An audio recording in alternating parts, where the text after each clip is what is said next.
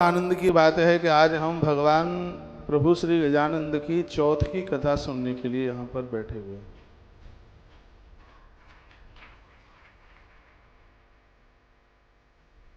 बहुत आनंद की बात है हमारे लिए। व्रत आप बहुत करते हैं और हर व्रत की अपने आप में एक महिमा है, लेकिन कलयुग में चौथ व्रत सिद्ध है अपने आप। गणेश चौथ यूँ तो महीने में दोनों ही चौथ का व्रत किया जाता है, लेकिन जो कृष्ण पक्ष की चतुर्थी है हर चौथ को गणेश चौथ के नाम से उसे जाना जाता है। और वही चर्चा मैं आपके बीच में कर रहा हूँ। पुत्रार्थी लभते पुत्रान् धनार्थी धनमुत्तमम्।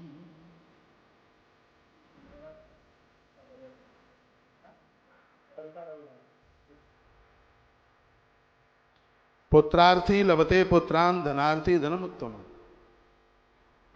जिसको पुत्र चाहिए, संतान चाहिए, कल से नहीं आज से ही भगवान गणेश जी की पूजा में लग जाए। भगवान गणेश घर में संतान वृद्धि को रुकने नहीं देते, यह उनकी बड़ी महिमा है। जिनका कारोबार फेल हो रहा है उन्हें भगवान गणेश जी की सेवा पूजा में लग जाना चाहिए। जिनकी प्रॉपर्टी को अपने कब्जे में किसी ने कर लिया है वो हर बुधवार को 21 दुर्वा भगवान गणेश के ऊपर चढ़ावे, गुड़ का भोग लगावे और छोटे छोटे बच्चों में फिर उस गुड़ का वितरण कर दे, उसको प्रसाद रूप में बांट दे। भगवान गजानंद की कृपा से सब कुछ ठीक हो जाएगा, सब कुछ बढ़िया हो जाएगा। व्याधि तस्य तथारोग्यम बद्धो मुच्यते संकटात्। यदि कोई बीमारी में ग्रसित है, दवाइयाँ फायदा नहीं कर रही हैं, तो भगवान गणेश जी की कृपा से उसे आरोग्यता मिल जाएगी। मंगलवार के दिन चौथ पड़ जावे, यदि उस चतुर्थी के व्रत को करके यदि किसी बीमार व्यक्ति को समर्पित कर दिया जावे तो उसको आरोग्यता मिल जाएगी। इसको अंगारक चौथ के नाम से जानते हैं। मंगलवार को जब चतुर्थी पड़ती है उस समय गणेश चतुर्थी को अंगारक चतुर्थी के नाम से जानते हैं, और यह चतुर्थी लोगों को आरोग्यता दे देती है, उनकी बीमारी को खत्म कर देती है। इतनी बड़ी महिमा है। सर्वांग्रे पूजनम तस्या भविता मद भजेन वही पूजासु सर्वदेवानाम अग्रे संपूजितम जनः। संपूर्ण देवताओं में सबसे आगे पूजा होती है वो भगवान गजानंद की होती है। गणेश जी की पूजा करने से सगरे देवता अति प्रसन्न हो जाते हैं। पूजा फलम आपनोति निर्विघ्नेन वृथान्यथा। ब्रह्म वैवर्त पुराण में वर्णन किया गया है कि आपके किसी भी कार्य में विघ्न नहीं आवेगा यदि आप गणेश पूजा से अपनी पूजा को आप आरंभ करें। आप कभी अनुष्ठान में बैठते हैं, कोई विशेष अनुष्ठान है, भगवान गजानंद को ठीक तरह से पूजा है तो ना तो अनुष्ठान के बीच में सोवड़ होगी और ना किसी का मरण होगा। ये गणेश पुराण के अंतर्गत वर्णन है। भगवान गणेश जी की इतनी बड़ी कृपा है। अरे अनुष्ठान में बैठी हुई नारी का ऋतुकाल का समय बदल जाता है भगवान गजानंद की कृपा से। वह पूरे यज्ञ में बैठती है, पूरे अनुष्ठान में वह बैठती है। भगवान गजानंद की इतनी बड़ी कृपा है। और वैसे भी कलयुग में कालिका पुराण में लिखा है कलऊ चंडी विनायकऊ। इस कलयुग में माँ दुर्गा और भगवान गणेश को जितना जल्दी प्रसन्न किया जा सकता है, इस कलयुग में और देवता उतने प्रसन्न नहीं होते। इसलिए भगवान गणेश जी को जरूर पूजिएगा। प्रातरुत्थाय मर्त्य स्मरे देवम विनायकम। सोते समय जागते समय जो भगवान गणपति का ध्यान करते हैं, गणेश जी का नाम लेते हैं, तस् तद दिन जातानी सिद्धम कृत्यानि यान्ति। वर्णन है कि उनका वह दिन बड़ा अद्भुत निकलता है। उनके पूरे दिन कार्य में कभी कोई विघ्न नहीं आता। आपको ऐसा कहीं लगता है कि बच्चे के एडमिशन में एक आध नंबर कम रह जाते हैं, उसे अच्छा कॉलेज नहीं मिल रहा है, अच्छा स्कूल नहीं मिल रहा है, बेटा और बेटी कोई भी है, जॉब के मुंह पर पहुंचते पहुंचते और नौकरी मिल नहीं पा रही है, इससे बढ़िया सहज और सरल उपाय हो ही नहीं सकता। वो बच्चे 21 दुर्वा भगवान गणपति के ऊपर चढ़ाएं, भगवान गणेश सब कुछ ठीक कर दें। बढ़िया कर देंगे। तस् तद विद्यातानि सिद्ध कृतानि अंते। इस कलयुग में गणेश जी का स्मरण करने मात्र से मनुष्य सब कुछ प्राप्त कर लेता है। आप कोई कार्य करने के लिए जा रहे हैं और पूजा पाठ की कोई व्यवस्था नहीं है, तो उस कार्य को करने से पूर्व आप भगवान गणेश का स्मरण कर लें। भगवान गजानंद स्मरण मात्र से प्रसन्न हो जाते हैं। और आपने स्मरण कर लिया है, कार्य को आरंभ किया, तो कार्य में विघ्न नहीं आएगा। ऐसे भगवान गणेश हैं। आप देखते हैं जहाँ मैं बैठता हूँ, वहाँ मेरे महाराज जी के ठीक पास में भगवान गणेश जी की प्रतिमा रखी है। सफ़ेद रंग के गणेश जी और बहुत सुंदर। हमारे दिन का आरंभ उनका दर्शन करके होता है। गणेश बड़ी बुद्धि के देवता हैं, आनंद कर देते हैं। इनकी पूजा आप सबके घर में होनी ही चाहिए। अभी 3 दिन का कार्यक्रम है हमारा यह वृंदावन से, आज कल परसों। इसमें विस्तार पूर्वक भगवान गणेश जी की चतुर्थी की महिमा आप सुन पाएंगे। और मुझे लगता है कि इन कथाओं के बिना फिर आप गणेश चौथ के बिना आप रह ही नहीं पाएंगे। कथाओं के बिना नहीं रह पाएंगे और गणेश चौथ के बिना भी आप रह नहीं पाएंगे। स्मृत्वा व पूजित्वा व या कार्याणि करिष्यति भविष्यन्ति न संदेह ततो वाचा विचलाति चाह। कहा गया है कि किसी भी शुभ कार्य के आरंभ में, संकट काल में अथवा किसी मनोकामना हेतु आपने भगवान गणेश का अनुष्ठान कराया है, आपको उस कार्य में सफलता जरूर मिलेगी। कितनी कितनी जगह पर गणेश जी की पूजा बहुत ज़्यादा जरूरी है। मैं यहाँ से निवेदन कर रहा हूँ। जात कर्मादि संस्कारे गर्भाधानादि के पीछे। जात कर्मादि, जात कर्म संस्कार जब सोवड़ होती है उसकी शुद्धि होती है, और उस समय जो पूजन होता है जिसको कुआ पूजन कहते हैं ज़्यादातर ऐसे, और अपने अपने क्षेत्र में और भी नामों से उसको जाना जाता होगा। आचार्य पंडित जी महाराज के मुख से मंत्र निकलते हैं और भगवान गणेश जी की पूजा होती है। बच्चे जब बोले जाते हैं तो घर में माता पिता के द्वारा, गुरुजनों के द्वारा, वृद्धों के द्वारा, ब्राह्मणों के द्वारा, चाहे वो बेटा हो चाहे वो बेटी हो, उनके बाही कान में मंत्र हमेशा बाही कान में ही बोला जाता है। मंत्र बाएं कान में, बाया मीन्स इसमें बोला जाता है। तो छोटे छोटे अभी शिशु हैं, बच्चे हैं, उनके कान में मंत्र बोला जाता है गणेश जी का, ओम गम गणपतये नमः। आचार्यों के द्वारा, माँ बाप जी के द्वारा ये बोला जाता है। इससे जातक को शुद्धि मिलती है, पवित्रता मिलती है। ये बातें सब आपके काम में आएंगी, क्योंकि आप जल्दी सास बनने वाली हैं, फिर आपके घर में बच्चों का जन्म होगा, है प्रपौत्रों का। तो उनकी बड़ी शुद्धता के लिए, उनकी रक्षा के लिए तो कितना सुंदर वर्णन किया। जात कर्मादि संस्कारे, जातक की शुद्धि हो रही है उस समय गणेश जी की पूजा, नाम संस्कार किया जा रहा है उस समय गणेश जी की पूजा। यहाँ तक का गर्भाधानादि के विचार, यदि बच्चों को जन्म देने के लिए एक स्त्री पुरुष ने तैयारी की है, तो उससे भी और 3 महीने पहले कम से कम उस स्त्री पुरुष को, पति पत्नी को भगवान गणेश जी का ये मंत्र जपना चाहिए, ओम गम गणपतये नमः।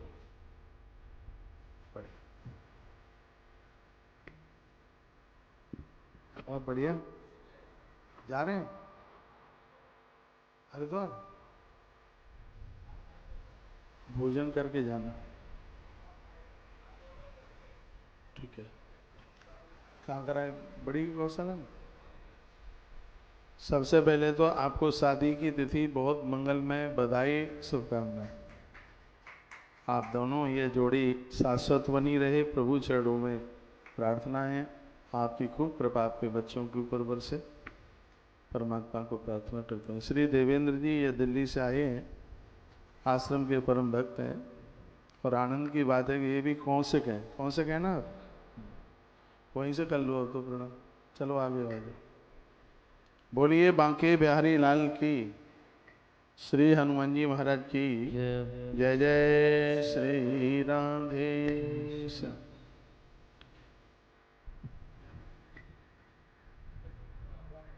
ठीक है, निकलना।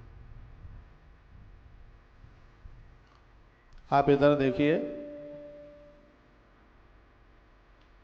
बड़ी अलौकिक कथा सुनने का सौभाग्य प्राप्त हो रहा है और वैशाख का महीना है, इसलिए और ज्यादा आनंद की बात है। माच नारायणं वापि ब्राह्मणामपि पुत्रकं यन्ति अग्रवा विप्रैरग्रे पूज्यो भविष्यसि। लिंग पुराण में भी भगवान गणेश जी की बहुत बड़ी महिमा का वर्णन किया गया है। जो वृद्ध जन गणेश जी की पूजा करेंगे, गणेश पुराण दावा करता है कि उनके बच्चे कभी भी अपने माता पिता का संग नहीं छोड़ेंगे। यह भगवान गणेश जी को वरदान लिंग पुराण में इस बड़ी महिमा का वर्णन किया गया है। देवता किसी न किसी रूप से आपके पास आते हैं। कल या परसों, हाँ कल ही 32 पूर्णिमा की कथा में, आपको पता नहीं ध्यान है कि नहीं, मुझे ध्यान है, भगवान श्री कृष्ण जब यशोदा मैया को कथा सुनाते हैं तो भगवान कृष्ण कहते हैं, हे माँ, जैसे मैं तेरा बेटा बन के आया हूं, ऐसे स्त्री पुरुष जिनको कोई संतान नहीं है, उन्हें अवश्यमेव 32 पूर्णिमा की कथा सुननी चाहिए। क्यों? 32 पूर्णिमा की कथा का यह परिणाम है कि मैं खुद ही उनका बेटा बनकर उनका मैं अंतिम संस्कार करता हूं, उनकी क्रिया मैं करता हूं। ये भगवान ने कहा, कल मैंने सुनाया था, पता नहीं आपको ध्यान है कि नहीं। माइक ठीक कर दे भाई साहब। तो प्रातः रुत्था यो मरता स्मरे देहम विनायकम। जो प्रातः है, दोपहर शाम को सोते जागते समय भगवान गणेश का आह्वान ध्यान करते हैं, पूजन करते हैं, मनुष्य के किसी भी कार्य में विघ्न नहीं रहता, वो कार्य निर्विघ्न रूप से पूरे हो जाते। जात कर्म के समय पर, गर्भाधान के समय पर, यात्रा के समय पर, और क्या है, बड़े जदो युद्धे देवार्चने सुबह अपनी दुकान का शटर खोलते हैं, भगवान गणेश जी के 12 नाम लेकर के अंदर प्रवेश कीजिए। फिर देखिए कि कैसे व्यापार फैल होता होगा ही नहीं, कोई मतलब ही नहीं है। स्पष्ट इस ग्रंथ में लिखा है ना, यात्रायाम च बड़े जदो युद्धे देवार्चने सुबह। यात्रा करने को जा रहे हैं तो यात्रा में दिशाशूल होता है। कभी कभी यात्रा में बड़ी घटनाएं घट जाती हैं। बद्रीनाथ जैसी जगह के लिए जाने के लिए लोग बड़े पंचांग देखते हैं, लेकिन ये बड़े आनंद की बात मैं निवेदन कर रहा हूं। हनुमान जी के 12 नाम लेकर के, गणेश जी के 12 नाम लेकर के और नारायण कवच के मंत्र का 5 बार उच्चारण करके यदि कोई यात्रा करेगा तो उसकी यात्रा सफल ही होगी। इसलिए 12 नाम विनायक के याद कर लीजिए, गणेश जी के 12 नाम याद कर लें। यात्रायाम च बड़े जद्दऊ। कोई सामान खरीदने के लिए व्यापारी जा रहा है, सामान खरीदा गया, उसमें लाभ ही हो, घर से गणेश पूजा करके जावे। बच्चे दुकान पर जा रहे हैं, नहा धो करके भगवान गणपति को ध्यान करके, आपका व्यापार इतना बढ़ेगा, मैं आपका व्यापार बढ़वाना चाहता हूं भगवान को प्रार्थना करके। इसलिए क्योंकि आपका व्यापार बढ़ेगा, आपका काम धाम बढ़ेगा, आपके पति की सैलरी बढ़ेगी, तभी तो आप खूब गौ माता के लिए सहयोग करेंगे। इसके लिए मेरी बहुत प्रार्थना रहती है भगवान को। और जब भी मैं किसी के घर जाता हूं तो उसके मंदिर में धूप लगा के प्रणाम करके कहता हूं, हे प्रभु, इस घर का आदमी जितना कमा रहा हो उसकी आवक उससे ज़्यादा कर दीजिए। मैं सत्य इस व्यासपीठ से बोल रहा हूं, मैं निवेदन करके आता हूं और उसका असर, उसका फल भगवान सुनता है। वो सुनता है इसलिए तो हम उसको सुनाते हैं, यदि वो नहीं सुनता होता तो हम क्यों सुनाते उसको। 12 नाम बिल्कुल पानी की तरह याद कर लीजिए और जैसे आप अपने घर से निकलते हैं तो यात्रा में गणेश जी के 12 नाम लीजिए चलते समय, अपनी दुकान पर, ऑफिस में, कहीं भी आप अंदर प्रवेश कर रहे हैं उस समय वाणिज्य दऊ, व्यापार लोग, वाणिज्य कमाने वाले लोग, उस समय भगवान गणपति के ये 12 नाम लें। युद्ध है, यहाँ तक कहा गया कि आप युद्ध के लिए आप चलिए। कोई फौजी, कोई घर से जाता है, बंदूक कंधे पर डालता है, कमर में बेल्ट कसता है, उसे भगवान गणेश का स्मरण करना चाहिए। भगवान गणेश उसे युद्ध में दुश्मन के सामने पराजित नहीं होने देंगे। एक अद्भुत कथा मैं आपको सुना रहा हूँ। छत्रपति शिवाजी मराठा के अद्भुत राजा हुए, माता जीजाबाई ने उन्हें जन्म दिया। माता जीजाबाई भगवान गणपति की परम भक्तानी है। उस नारी की बात मैं कर रहा हूँ, जब ये बच्चा गर्भ में पल रहा था तो माता जीजाबाई ने 9 महीने में संपूर्ण महाभारत पढ़ा था। और उस महाभारत को माँ के उदर में शून्य पढ़ करके छत्रपति शिवाजी पैदा हुए। समर्थ गुरु रामदास जिनके गुरु थे, यवनों के साथ बहुत बड़ा युद्ध हुआ, मलेच्छों के साथ में, मथुरा की बात है। और ऐसा लग रहा था कि आज बड़ी जोर से यवन हावी हो जाएंगे। उसी समय छत्रपति शिवाजी ने भगवान गणेश जी का आह्वान किया और उसी समय भगवान गणेश प्रकट हो गए। मथुरा के पास एक जयसिंहपुरा नाम की जगह, कभी आप जाएं उन गणेश जी का दर्शन कीजिए जो छत्रपति शिवाजी के स्मरण में प्रकट हुए थे। छत्रपति शिवाजी युद्ध जीत गए, मलक्ष्य पराजित हो गए। तो भगवान गणेश तो ऐसे, इनके बिना तो कोई काम बन ही नहीं सकता। और गणेश अनादि हैं। पार्वती और महादेव का विवाह होता है मंडप में, गुरुदेव बृहस्पति जी महाराज गणेश जी का पूजन कराते हैं। तो इसका मतलब है कि पार्वती मैया के यहाँ गणेश प्रकट हुए, भगवान गणेश तो उससे भी पहले के हैं, अनादि काल से भगवान गणेश हैं। और यहाँ तक वर्णन किया गया, शिव पुराण में वर्णन है कि जिस समय त्रिपुरा दहन भगवान महादेव करने के लिए जा रहे थे और इन राक्षसों को मारने के लिए जा रहे थे, तब भगवान महादेव ने भी गणेश जी का स्मरण करके अपनी प्रतिष्ठा चढ़ाई। गणेश जल तत्व के देवता हैं, जो गणेश जी की पूजा करेंगे पानी में डूबकर उनकी मृत्यु नहीं होगी, जल संबंधित उनको रोग नहीं होंगे। मेरी बात मान लो, इसमें हमारा कोई स्वार्थ नहीं है, आप ठीक से आनंद में रहें, इसलिए आपको हम सुना रहे हैं। 1 साल तक यदि किसी ने गणेश चौथ की कथा कर ली है, उसको आनंद हो जाएगा, किसी भी चीज की कोई कमी नहीं रहेगी। गणेश चतुर्थी की इतनी बड़ी महिमा है अपने आप में, और वहीं मैं यहाँ से निवेदन कर रहा हूँ, बस आप सुनते जाइए। तो का यात्रायाम च बाणी दौ युद्धे देवार्चने सुवे। देवताओं का अर्चन करते हैं तो सबसे पहले गणेश जी को फूल चढ़ाइए।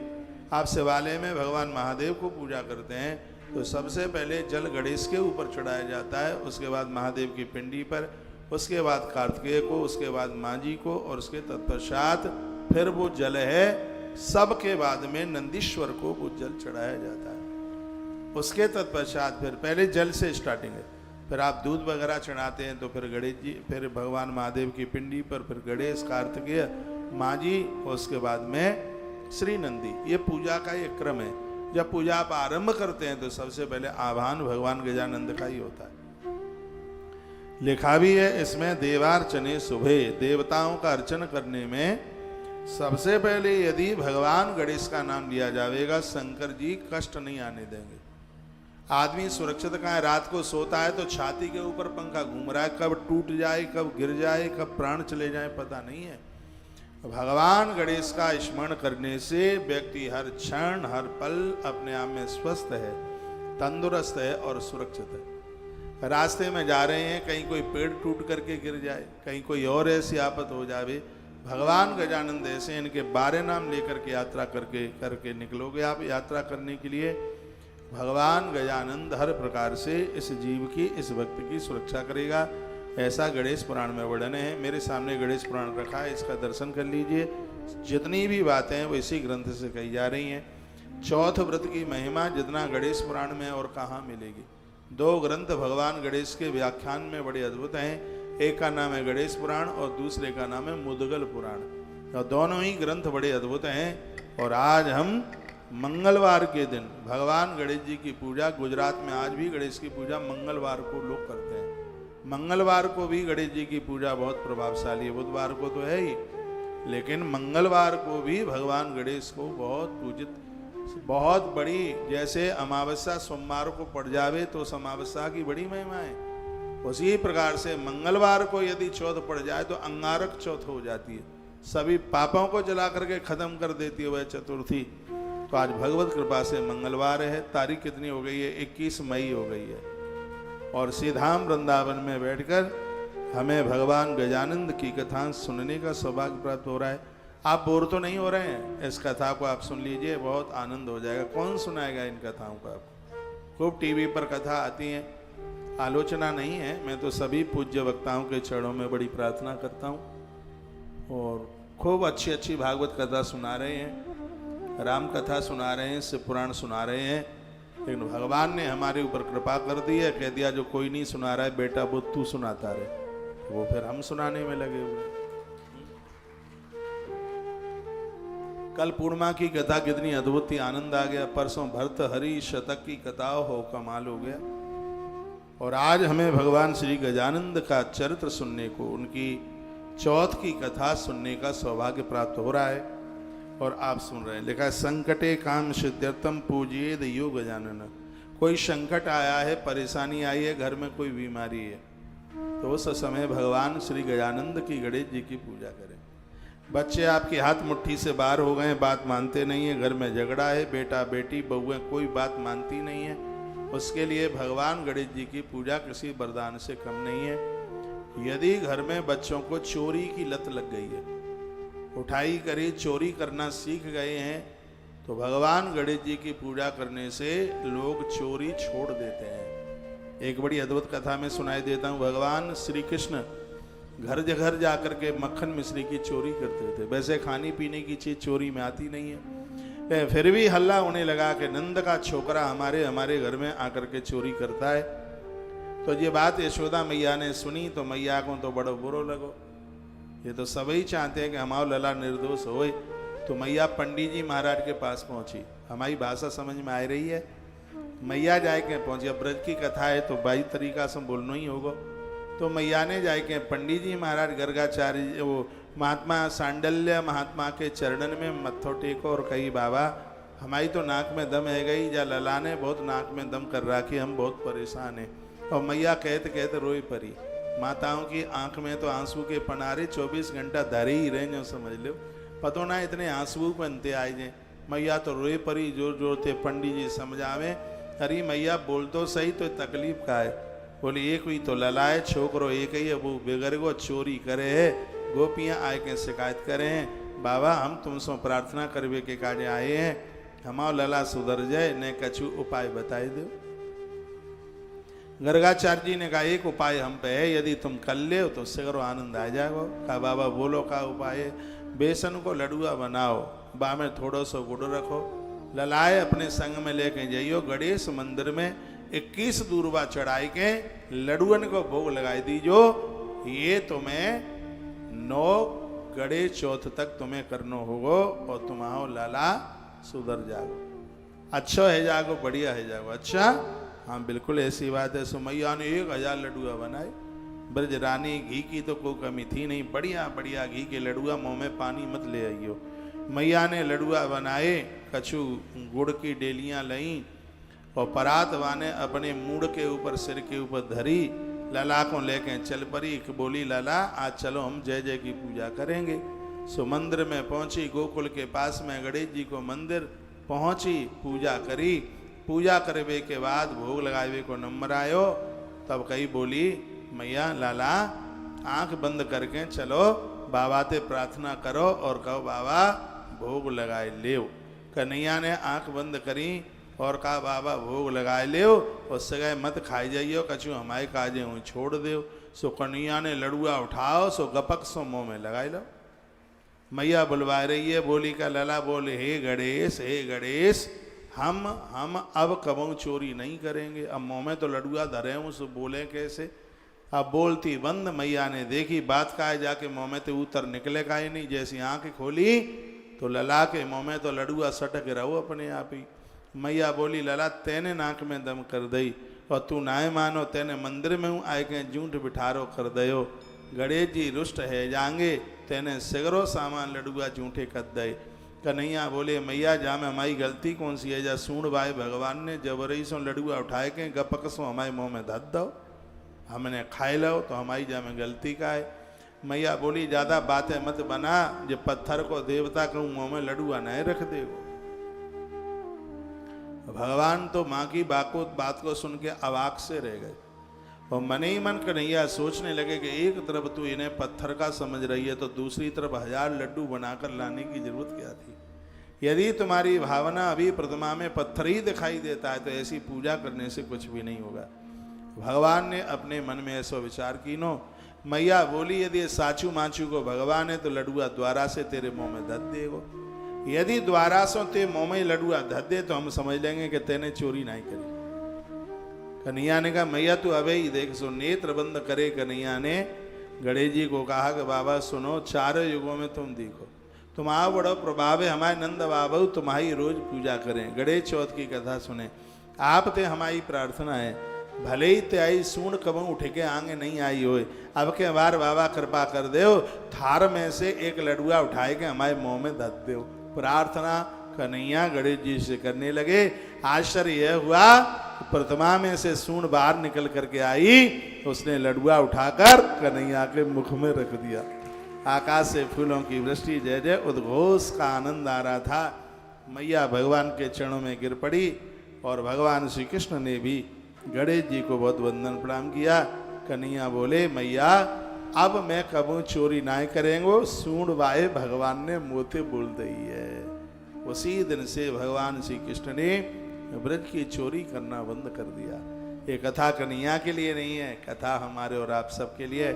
भगवान तो कोई क्या चोरी करेंगे, वो तो ईश्वर हैं। जगत को एक सिद्धांत दिया गया है कि यदि आप भगवान कृष्ण का वंदन पूजन करते हैं तो आपके बच्चे यशस्वी हो जाते हैं, दीर्घायु हो जाते हैं, बुद्धिमान हो जाते हैं। एक माता पिता की औलाद बढ़िया हो, एक गृहस्थ व्यक्ति के लिए इससे बड़ा और कोई सुख नहीं हो सकता, क्योंकि माता पिता अपनी औलाद के लिए जीते हैं। जब बच्चे भटक जाते हैं, गलत रास्ते पर चले जाते हैं, तो माता पिता को बहुत पीड़ा होती है। ये बच्चे ही माता पिता की गर्दन ऊपर कर देते हैं और यही उनकी नाक कटा देते हैं।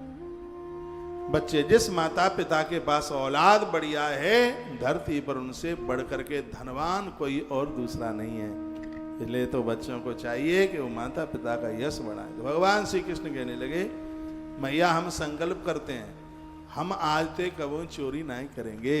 भगवान गणेश जी की पूजा करी है, भगवान गणेश जी की पूजा का प्रभाव है कि इससे बच्चे बन जाते हैं, बच्चों में बहुत बड़ा बदलाव आता है। तो सर्वकारेषु ये मर्ता पुरुमेनम गणाधिपतम, अंत में यही बात कह दी, जो भी कोई कार्य आप करते हैं उसमें गणेश का आह्वान कीजिए, गणेश जी का पूजन कीजिए, निर्विघ्न रूप से आपके सगरे काम बन जाएंगे।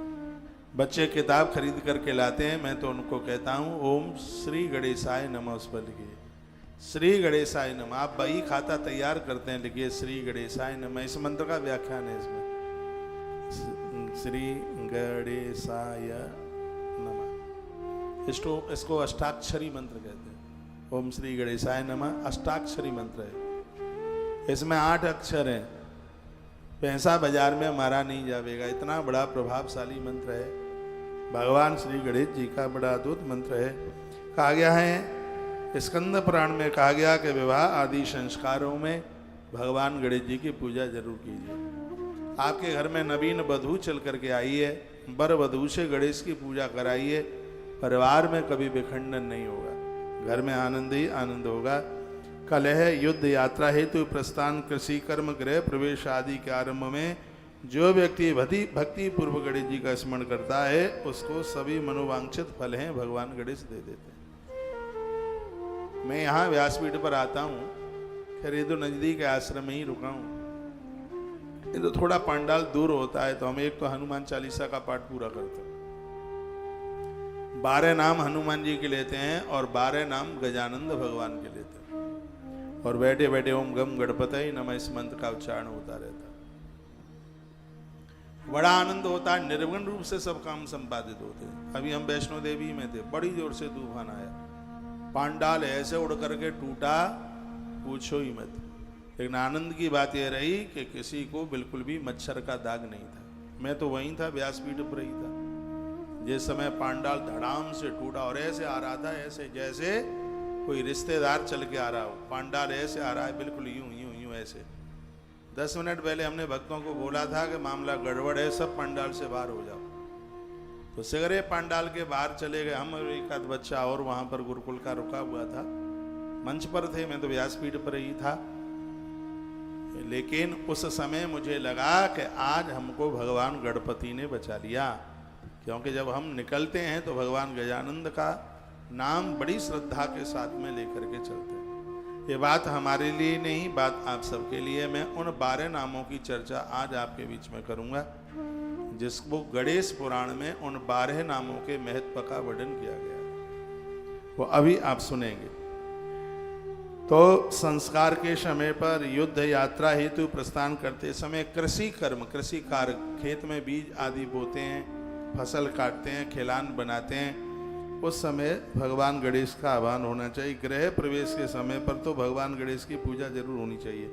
जो व्यक्ति भक्ति पूर्वक गणेश जी का स्मरण करता है उसके सभी मनोवांछित फल भगवान गणेश जी सिद्ध कर देते। ऐसी कोई चीज नहीं है जो भगवान गणेश न दे पाए। गणेश जी को सुपारी, पान का पत्ता, लौंग, इलायची के साथ बहुत प्रिय है। गणेश जी के ऊपर पान के पत्ते पर शहद, जिसे विशेष अर्घ कहते हैं, भगवान गणपति को चढ़ाने की उसकी बड़ी महिमा है। इसलिए वो सूरदास जी ने आरती बनाई है, उसमें लिखा है कि पान चढ़े, फूल चढ़े और चढ़े मेवा, लड्डुअन के भोग लागे, संत करें सेवा। जय गणेश जय गणेश जय गणेश देवा। माता जाकी पार्वती पिता महादेवा। जय गणेश जय गणेश जय गणेश देवा। माता जाकी पार्वती पिता महादेवा। पूरी दुनिया की तो मैं क्या कहूँ, जो मेरी व्यासपीठ के फॉलो करने वाले हैं, मेरी व्यासपीठ के भक्त हैं, उनको मैं कहना चाहूँगा, गणेश चौथ का आप व्रत करते हैं तो इस चतुर्थी का व्रत तभी पूरा होता है जब आप गणेश जी के नाम की एक माला आप जपते हैं, ओम गम गणपतये नमः। और यह मंत्र आप अपने मन से नहीं जप सकते, इस मंत्र को पहले गुरु मुख से सुनिए। कोई भी मंत्र है उसको पहले गुरु के मुख से सुना जाता है, तभी उसके जपने का अधिकार मिलता है। नहीं तो समझ लीजिएगा कि उस मंत्र का कोई भी प्रभाव नहीं है। गड़बड़ी और बिना जानकारी के दवाई लोगे तो दवाई इन्फेक्शन भी पैदा कर सकती है, दवाई और भी दिक्कत पैदा कर सकती है। उसी प्रकार से मंत्र विज्ञान है। अनभिज्ञता में यदि इन मंत्रों को जपोगे तो सब उल्टा पुल्टा हो जाएगा। आज मंत्रों के साथ बड़ी खिलवाड़ हो रही है। किताबों में तो मंत्र मिल ही जाते हैं, ना कोई विधि है, ना जप करने की कोई आरंभता है, कुछ भी नहीं है। इसलिए किसी जानकार गुरुजनों के चरणों में बैठकर उस मंत्र के बारे में आप समझें। एक मंत्र है श्रीमद् भागवत जी में, उसका नाम है नारायण कवच का मंत्र है ओम विष्णवे नमः। कथा आती है वृत्रासुर ने वज्र के सहित इंद्र को निगल लिया था अपने पेट में, लेकिन उस मंत्र के महात्म्य में लिखा हुआ है कि यदि कोई नारायण कवच के मंत्र का जप करता है, यदि काल के पेट में भी चला गया होगा तो जिंदा बाहर आ जाएगा। और ऐसा ही हुआ, वृत्रासुर के पेट में चले गए देवराज इंद्र, और वहीं उन्होंने ओम विष्णवे नमः इस नारायण कवच के मंत्र का उन्होंने उच्चारण किया, पेट फट गया वृत्रासुर का और देवराज इंद्र बाहर निकल करके आ गए। ये मंत्रों का विज्ञान बड़ा अद्भुत है। हनुमान जी नित्य जप करते हैं, राम जी को अपने बंधन में कर लिया। सुमिर पवन सुत पावन नामू, अपने वश कर राखे राम। मंत्र के प्रभाव से हनुमान जी ने राम जी को अपने वश में कर लिया। यदि आप कोई न कोई मंत्र नहीं जपते हैं, आप अपनी जिंदगी के साथ बहुत बड़ा अपराध कर रहे हैं। भगवान के नाम का नित्य जप कीजिएगा, माला पर बैठ करके करें। तो यदि उतना टाइम नहीं है तो चलते फिरते आप उन भगवत नाम का उच्चारण करें। हर हाल में, हर स्थिति में 2 अक्षर हैं, हरि हरत पापानी। ये दोनों नाम ऐसे हैं जो पापों का हरण कर डालते हैं। तो जब तक दिए में तेल रहता है, ज्योत जलती रहती है, जब तक भजन रूपी तेल हमारे हृदय में रहता है तब तक पुण्यों की ज्योत जलती रहती है। जब तक पुण्यों की ज्योत जलती रहेगी किसी भी प्रकार का दुख नजदीक आ नहीं सकता। आप जानते हैं पांडवों को 12 वर्ष का वनवास, 13 साल का ज्ञातवास क्यों मिल गया? क्यों ये ऐसा हो गया? राजसूय यज्ञ से तो पहले हुआ नहीं। इतना बड़ा यज्ञ करने के बाद और तत्काल उनको वन में जाना पड़ा, ऐसा क्यों? पांडवों से अपराध हो गया। क्या अपराध हुआ था पांडवों से? पांडवों से अपराध हुआ, धर्मराज दुष्टन ने अपनी पत्नी द्रौपदी को जुए के दांव पर रख दिया। पुण्य उसी समय क्षीण हो गए थे, पुण्य खत्म हो गए। वहां देवी भागवत में एक बात कही गई है, जब तक व्यक्ति के पास पुण्य रहते हैं तब तक उसके पास किसी भी प्रकार की कोई तकलीफ आती ही नहीं है, उसको किसी भी प्रकार का कोई कष्ट आता ही नहीं है। देवी भागवत में वर्णन है, जितनी भी बीमारियां हमको घेरती हैं हमारे किए गए कर्मों का परिणाम है वो, और क्या है। घर में गलत बच्चे जन्म ले लेते हैं, किए गए कर्मों का वो परिणाम है वो। हम दूसरों को दोष देते हैं, ये ऐसा है वो वैसा है। पति ठीक नहीं मिला है, किए गए कर्मों का परिणाम है। पत्नी ठीक नहीं मिली है, किए गए कर्मों का परिणाम है। सास ससुर ठीक नहीं मिले या बहू ठीक नहीं मिली, ये किए गए कर्मों का ही परिणाम है। कर्म हमारा अच्छा कुल के पाप को धोता है, इसलिए हमें अच्छे कर्म करने की आवश्यकता होती है। उसी के लिए शास्त्र हमें प्रेरित करते हैं। हम देखिए, जो लोग संस्कृत पढ़ते हैं उनके नाम के आगे शास्त्रीय शब्द लगता है। ये शास्त्रीय शब्द सिर्फ डिग्री लेने से ही नहीं है। नाम के पीछे जाकर के, जैसे माताओं के नाम के पीछे देवी शब्द लगता है, इसी प्रकार से पांडित कर्म करने वाले लोगों के पीछे शास्त्रीय शब्द लगता है। तो शास्त्रीय का मतलब है जो अब अपना जीवन शास्त्र विधि के ही साथ जी रहा है, अपने मन मुताबिक नहीं जी रहा। शास्त्र जो कह रहे हैं वो वही जिंदगी जी रहा है, उसको शास्त्रीय कहते हैं। इसलिए पूरी दुनिया उनके ऊपर विश्वास करती है। लेकिन अब नकली शास्त्री बन करके हम घूमें, वो तो ठीक नहीं है। हमें और आपको सबको शास्त्रीय पद्धति के अनुसार ही जिंदगी जीने की आवश्यकता है, जीवन जीने की जरूरत है। हमसे कोई अपराध ना हो। यदि हम किसी न किसी प्रकार के कष्ट में हैं तो अवश्य में हमसे कोई न कोई अपराध हुआ है। ये पक्का पक्का और पक्के वाला पक्का है। इसलिए हम अपने पुण्यों को बढ़ाएं। कल मैं कौन सा था, नारदीय पुराण, बृहद नारदीय पुराण, उसमें लिखा है कि पापी व्यक्ति रोज पाप करता है तो उसके पाप बढ़ते जाते हैं, और पुण्यात्मा व्यक्ति रोज पुण्य करता है इसलिए उसके पुण्य बढ़ते जाते हैं। तो अपने पुण्यों को बढ़ाइए। जब आप हमारे पुण्यों में वृद्धि होगी, ये धरती पर हम बहुत सकून के साथ जिएंगे। 6 काम रोज करो। जो अनजान में जो अपराध होते हैं, इन 6 कामों से वो रोज कट जाते हैं। 6 काम रोज करो, एक भी दिन मत चूको। मेरी बात मान लो, ठीक रहोगे। नहीं तो मरते समय इतनी वेदना होगी, तकलीफ होगी कि 20 करोड़ बिच्छू डंक मार रहे हो, इतनी तकलीफ होगी। आज तो तुम जवान हो, सो पता नहीं लगता, लेकिन बाद में पता लगता है। 6 काम में पहला काम है प्रातः जागो तो सबसे पहले भगवान का नाम लो। 6 कामों में दूसरा काम है सूर्य निकलने से पहले स्नान करो। सूर्य निकलने से पहले स्नान करने पर शरीर में 3 रोग नहीं होते। एक का नाम है बात, एक का नाम है पित्त, और एक का नाम है बात, पित्त और कफ। 3 है। जिसका बात बढ़ता है उसकी मोटाई बढ़ती है, उसका मोटापा बढ़ता है, उसकी चर्बी बढ़ती है, कोलेस्ट्रॉल बढ़ जाता है, हार्ट अटैक जैसी बीमारियां हो जाती हैं। बादी बड़ा खतरनाक रोग है ये। और दूसरा है पित्त, पेट संबंधी बीमारियां उसको हो जाती हैं। पचता नहीं है, दस्त हो जाएंगे, पेट में पचेगा नहीं, जो भी खाएगा उल्टी करेगा, बपन करेगा। यानी पेट का तंत्र है, नाभि के ऊपर नीचे का स्थान है, वो सब कमजोर हो जाएगा। 3 ही तो बीमारियां, 3 बीमारी में से 5000 बीमारियां जन्म लेती हैं। मैं आयुर्वेद की किताबें पढ़ रहा हूँ इसलिए मुझे जानकारी है। तो तीसरी और है जिसका नाम है कफ। कफ बिगड़ता है तो छाती डैमेज हो जाती है, यहाँ तक कि फेफड़ों में पानी भर जाता है, लोग टीबी के शिकार हो जाते हैं। यहाँ का जो तंत्र है वो सब खत्म हो जाता है, व्यक्ति किसी काम का रहता नहीं है। तो मैं एक बार फिर निवेदन करना चाहूँगा, सोने का, जागने का, नहाने का, भोजन करने का समय बना लो।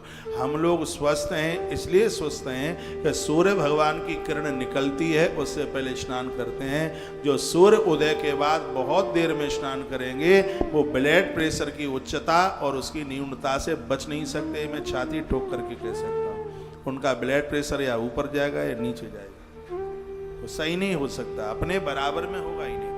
जिस व्यक्ति का 80 to 120, 80 से 120 जिसका ब्लड प्रेशर है वो बिल्कुल स्वस्थ है। लेकिन जिनका नीचे 55-60 चला गया है, ऊपर 85-90 है, उनकी तो स्थिति गड़बड़ हो रही है। तो आप अपने स्नान के टाइमिंग से ठीक कीजिएगा। ज्यादा चाय पियोगे ब्लड प्रेशर नीचे जाएगा, ज्यादा नमक खाओगे तो ब्लड प्रेशर ऊपर जाएगा। तो ऐसी चीजों को आप क्यों पाल रहे हैं? महात्मा चरक ने कहा था कि जिस देश में नीम और नींबू होता है और वहाँ के लोग बीमार हो रहे हैं, मुझे आश्चर्य लगता है। श्वास की बीमारी नहीं होगी जिंदगी में, नीम खाते रहोगे, और कभी भी ब्लड प्रेशर नहीं बिगड़ेगा यदि नींबू चूसते रहोगे। तो कोई बहुत ज़्यादा पैसा खर्च हो ऐसी बात नहीं है। मैं रोज नीम की पत्तियाँ लेता हूँ। इन बच्चों को पूछ लेना, मैं बीमार नहीं हूँ, मैं ठीक हूँ। नीम की पत्तियां लेता हूं क्योंकि ज़्यादा बोलने से बोलने वालों को श्वास की बीमारी हो जाती है। इसमें श्वासें बहुत खर्च होती हैं। बोलने में बहुत एनर्जी लगती है, बहुत ताकत लगती है बोलने में। यदि कोई गृहस्थ व्यक्ति 20 बच्चे पैदा कर दे तो भी उसको उतनी शक्ति अर्जित नहीं, उसकी उतनी शक्ति का विनिमय नहीं होता जितना कि एक वक्ता को बोलने में जितनी उसकी एनर्जी लगती है। नाभि से लेकर के ऊपर तक पूरा अंदर का फेफड़ा चलता है, इतनी उसमें ताकत शक्ति लगती है। और ज़्यादा तरह से बोलने वाले वक्ता लोगों को अंत में श्वास की बीमारी हो जाती है। तो उसके लिए नीम की कोमल पत्तियां किसी वरदान से कम नहीं। तो इन पत्तियों का प्रभाव मैंने देखा है। मैं अपना ब्लड प्रेशर भी चेकअप कराता रहता हूँ। मेरा ब्लड प्रेशर 80-120 ही रहता है, भगवान की कृपा से। नज़र नहीं लगे, ईश्वर कृपा करे, 80-120 ही रहता है। जिंदगी में कभी 100, भले ही कोई मशीन ला के अभी लगा दे व्यासपीठ पर नाप के, 80 से 120 ही रहेगा। क्यों? इसलिए क्योंकि हम लोगों का जीवन जीने का सिस्टम ठीक है। और ऐसा नहीं है कि हम निठुल्ले बैठे, काम आपसे भी ज़्यादा है। आप तो पापड़ खाएंगे लेटे लेटे, फेफड़ों में पानी जाएगा, खड़े होके पानी पिएंगे, आप मानेंगे नहीं। आप तो पापड़ भी लेटे ही लेटे खाएंगे। कोई व्यक्ति कहता है रात को कमर फूल गई, मैंने कहा क्या हुआ? कहा बाथरूम नहीं गया। हमने कहा क्यों नहीं गया? वो कहता है बाथरूम थोड़ा कमरे के बाहर था। अब ऐसे आलसी प्रमादियों को क्या कहोगे? एक व्यक्ति कहता है रात भर नींद नहीं आई, मैंने कहा क्या हुआ? कहा बल्ब जल रहा था। कहा बंद क्यों नहीं किया? कहा स्विच सामने वाली दीवार पर था।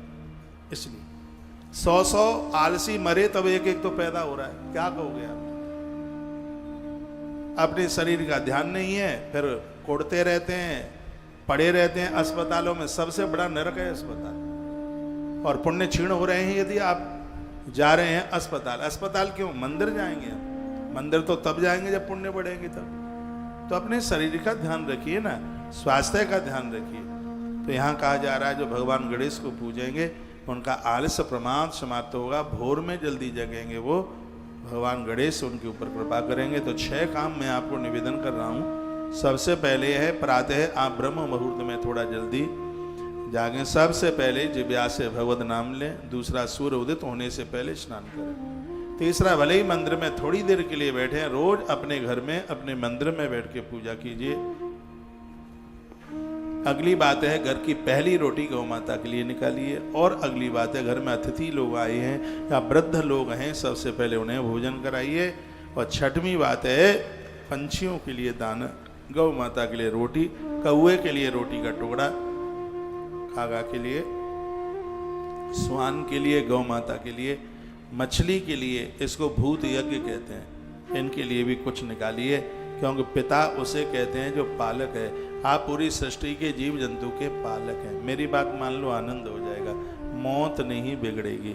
आजकल एक बड़ा अच्छा रवैया चला है कि सुबह ही सब बगीचा घूमने को जाते हैं। क्यों जाते हैं? क्योंकि डर गए हैं। इनको पता किसी को डायबिटीज हो रही है, किसी को कुछ हो रहा है, इसलिए नींद खुलती नहीं है। तो भी घरवाली जबरदस्ती से उसके कंधे में ठोकर मार के जगा ही देती है। महाराज ने कहा आधा घंटा सुबह घूमोगे तो पेड़ा खाते रहोगे, नहीं तो मीठा बंद, डायबिटीज नाक में दम कर देगी। तो बेचारा घरवाली के कहने से जग लेता है। ये चालू कर देना बेटा, कहाँ से चलेगा? इधर के पंखे बंद है, ये पंखा चालू कर दो इधर। आप घूमने के लिए जाते हैं, उसमें भी 2, 4, 5, 7 टोस्ट लेके जाइए, रात की बची हुई रोटियां लेके जाइए। कुत्ता पालना ठीक नहीं है, कुतरे को रोटी देना ठीक है। उसको स्वान को रोटी देने से ताले नहीं टूटते, धन की हानि नहीं होती, भगवान भैरवनाथ नहीं रूठते। हाँ, इसको तो बस आप रोटी डाल दें, टुकड़ा डाल दें, वो ठीक है। उसको पालना ठीक नहीं है। कोई है नहीं इधर? बोलिए बांके बिहारी लाल की, श्री हनुमंत बलवंत महाराज की।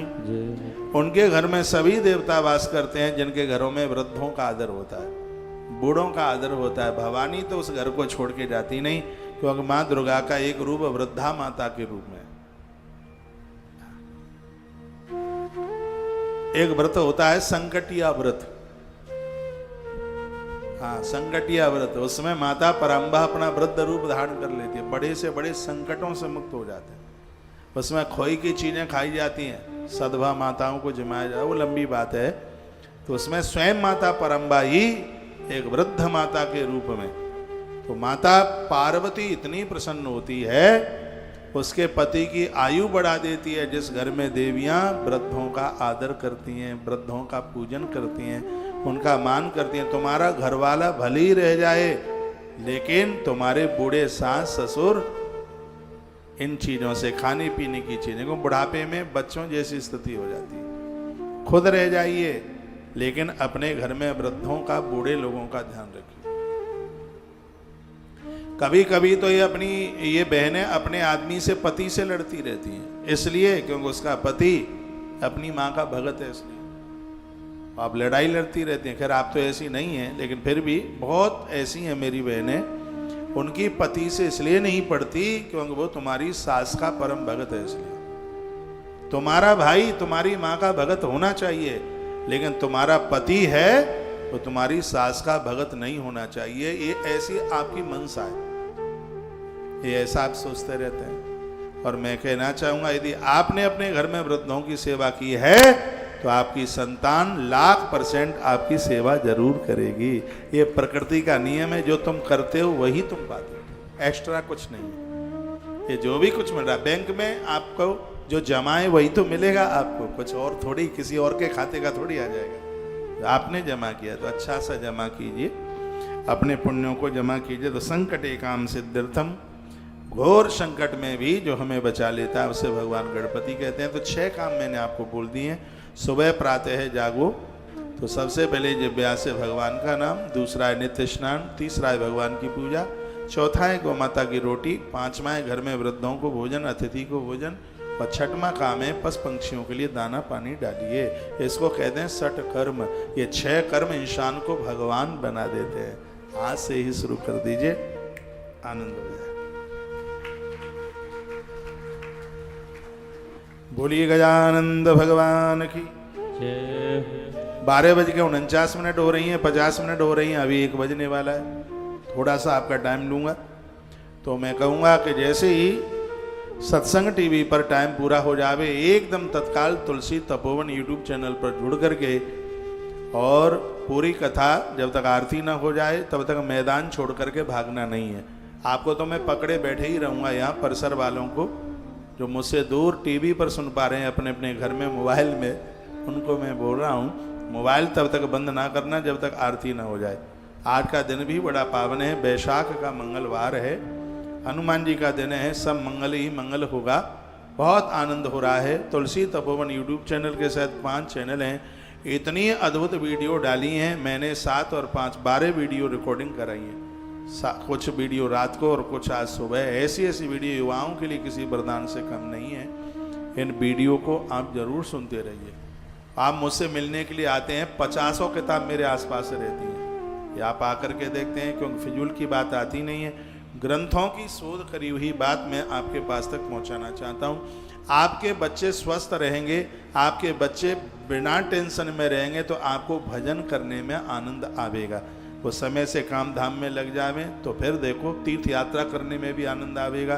तो ऐसे ही कामों में लगाऊं मैं, आपके बच्चे स्वस्थ व्यस्त मस्त और तंदुरुस्त रहें और आप खूब भजन करें। उसके लिए दे वीडियो रोज वीडियो जा रही, उसके ऊपर आप चलें, उसको सुने, बिल्कुल सहज उपाय हैं, बिल्कुल आनंद हो जाएगा। वह आप जरूर उन वीडियो को सुनिए। आज का दिन बड़ा पावन है। आज का मंडल की सेवा है, 500 रुपये का सहयोग है। और ये बैसाख मास बस धीमे धीमे पूरा ही हो रहा है, 2 ही दिन रह गए हैं। परसों के दिन सैया का दान कराएंगे, क्योंकि परसों हमने पढ़ लिया है, इसलिए जो 32 पूर्णिमा पढ़ रहे थे ना, तो उसमें सैया के दान की बड़ी महिमा सुनी। सहयोग कितना होगा कल बता देंगे। वो परसों के दिन होगा, वो विशेष दान में से होगा। पूर्णिमा चल करके आ रही है, अद्भुत दिन है पूर्णिमा। और सबसे आनंद की बात है, ठीक 8 बजे यमुना मैया के किनारे चुनरी मनोरथ का कार्यक्रम शुरू हो जाएगा। तो जितने भी मुझे बाहर से दूर से सुन पा रहे हैं, आप परसों वृंदावन आइए, कल रात को आ जाइए। परसों सुबह चुनरी मनोरथ, आपको पता होगा बोला है मैंने, नदियां जब प्रसन्न होती हैं तो धन और संतान दोनों की कमी नहीं रहने देती।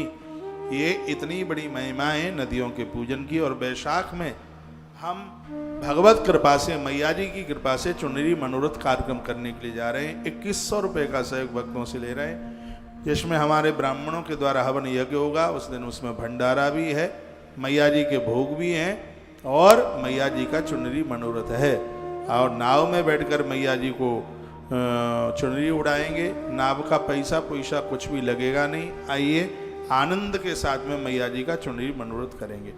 आपको लोड नहीं पड़ता है तो 2100 रुपया आश्रम के जो अकाउंट नंबर आपके पास में है उसको जमा कर दें। आप नहीं पहुंच पाएंगे तो भी आपके निमित्त चुनरी मनोरथ और यज्ञ और भंडारा आपके निमित्त होगा। परसों का विशाल भंडारा, यूँ तो यहाँ रोज ही भंडारा चल रहा है। बूढ़े बूढ़े महात्माओं को छड़ियाँ दी जा रही हैं। बांसवल्ली की तो छड़ी मिलती नहीं है, बढ़िया स्टील की अद्भुत मजबूत छड़ी।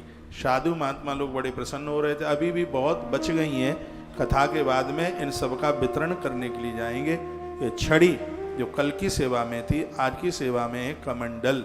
तो इन सेवाओं के साथ अपने खर्चों में थोड़ी कमी करके और इन सेवाओं के साथ जुड़ जाया करें। मेरी व्यासपीठ एक दिव्य बात का ही अनाउंस करती है, मुझे पता। ये छड़ी का दान है, ये वैशाख मास के दानों में से दान है। जहाँ खड़ाऊँ, चरण पादुका, छाता, छतरी का दान है, उसी लिस्ट में ये नाम आता है।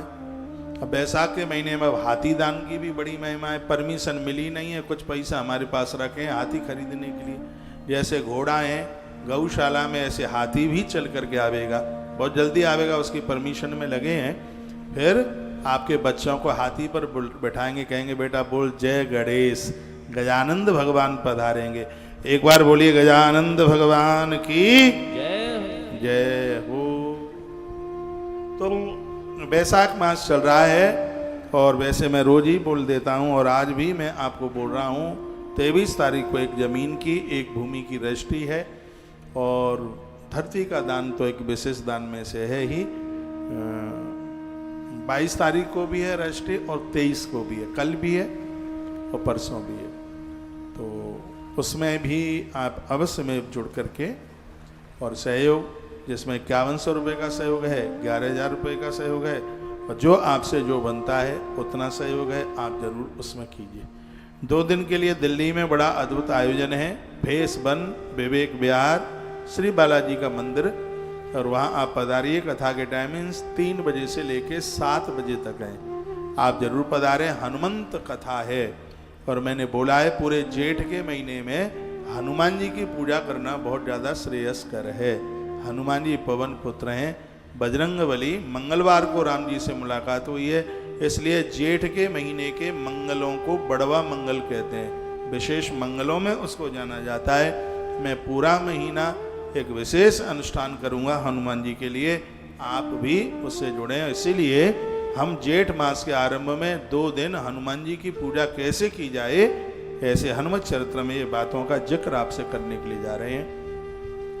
दिल्ली पूरा एनसीआर क्षेत्र, जो आप बैंक तक नहीं पहुंच पाए हैं, आप बालाजी मंदिर आप पधारिएगा और अपनी सहयोग राशियाँ वहाँ जमा कर दें। भूषे के लिए और सेवाओं के लिए जो आप नहीं जमा कर पाए हैं वह वहाँ आकर के जमा कर दें। 2 दिन में आपके बीच में ही हूँ। 26 तारीख को भोर में बहुत जल्दी मेरी फ़्लाइट भोपाल के लिए है।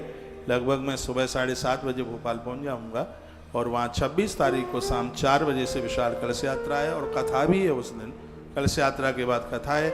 वहाँ कथा के टाइमिंग्स 3 बजे से लेकर 7 बजे तक हैं। गौ माता के लिए अद्भुत कार्यक्रम हो रहा है, उसमें आप पधारिए। ये 2 दिन का जो कार्यक्रम है कैंसर हॉस्पिटल के लिए कर रहे हैं, क्योंकि अब उस कार्य की भी पूरी तैयारियां हो रही हैं। जो 2 दिन का जो दिल्ली का कार्यक्रम है कैंसर हॉस्पिटल के लिए पूरा 2 दिन का कार्यक्रम समर्पित हो रहा है, तो उसमें आप अवश्य में जरूर पधारिएगा। खूब बढ़ चढ़ करके सहयोग कीजिए।